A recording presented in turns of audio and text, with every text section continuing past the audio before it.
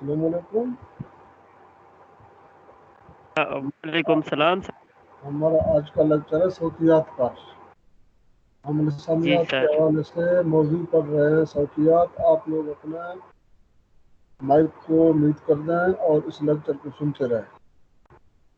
اور جو آپ کو اشتباہات ہوں، شکوک و شبہات ہوں، تو آخر میں آپ مجھ سے ڈسکس کر سکتے ہیں.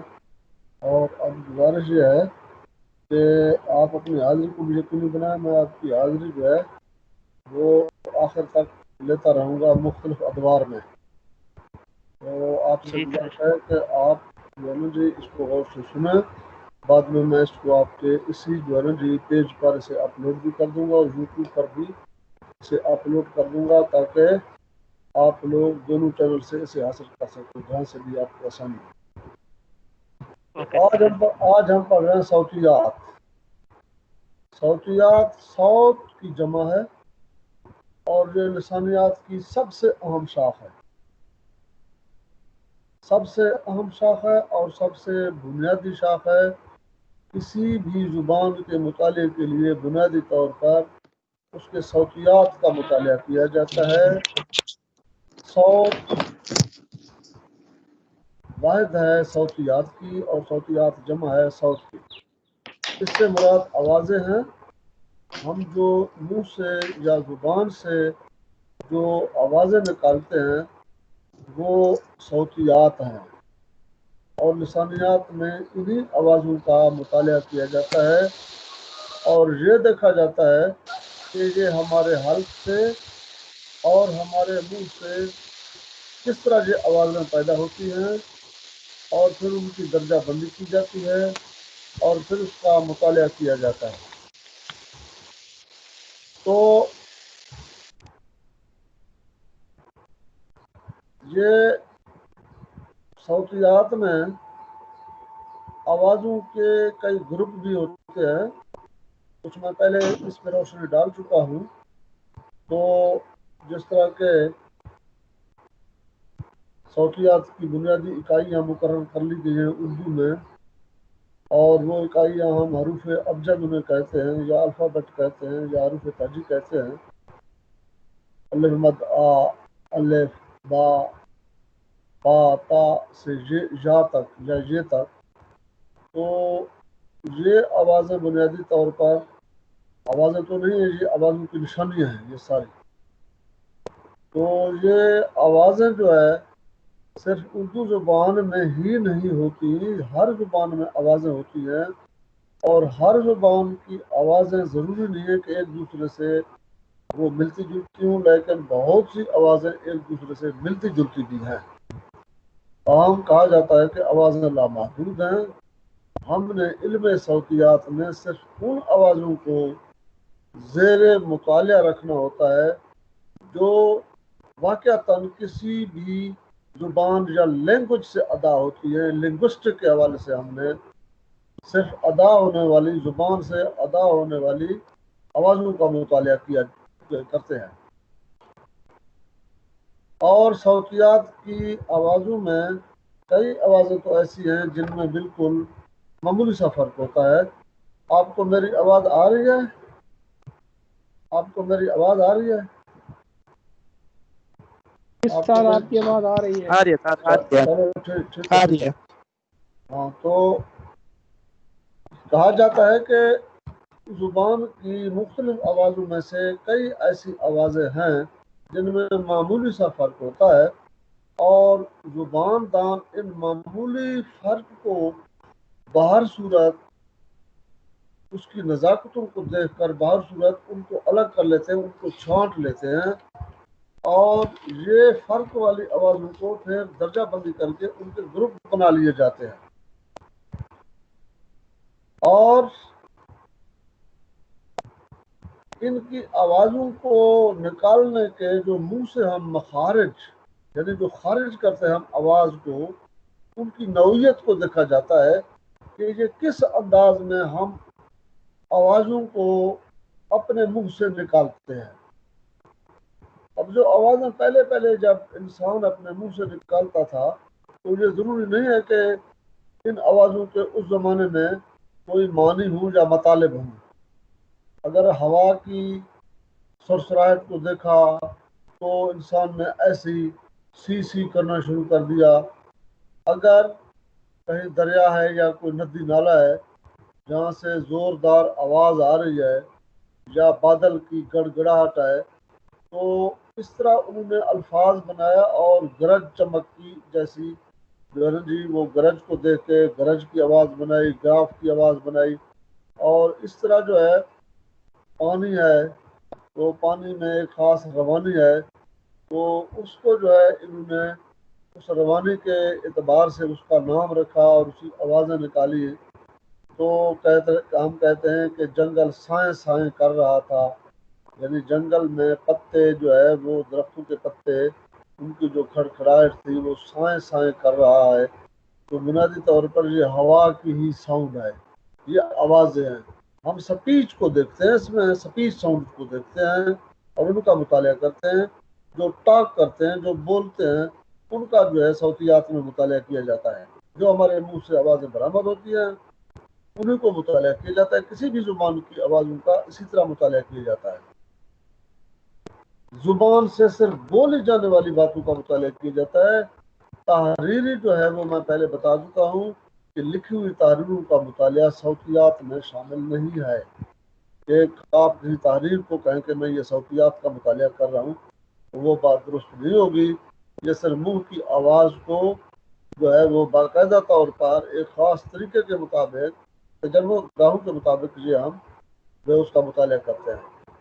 ان آوازوں کو غور سے سن کر جو ماہر لسانیات ہیں وہ کاغذ پر ان کی نشانیاں بناتے چلے جاتے ہیں اور ریکارڈ کرتے چلے جاتے ہیں. ان نشانیوں کو ریکارڈ کرتے چلے جاتے ہیں اور انہوں نے ان آوازوں کو آوازوں